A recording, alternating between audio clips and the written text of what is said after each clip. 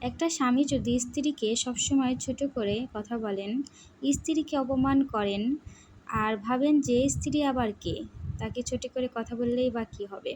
তাহলে আপনি বোকার স্বর্গে বসবাস করছেন। কারণ আপনার স্ত্রীর কাছে সম্মান পাবেন আপনি ততক্ষণ, আপনার স্ত্রীকে সম্মান দিয়ে কথা বলবেন যতক্ষণ। মানুষ বলে মেয়েরা যদি নিজেকে সুন্দর করে সাজিয়ে গুছিয়ে না রাখে, তাহলে পুরুষ মানুষ নাকি হাতছাড়া হয়ে যায়। তবে সত্য কথা কি জানেন?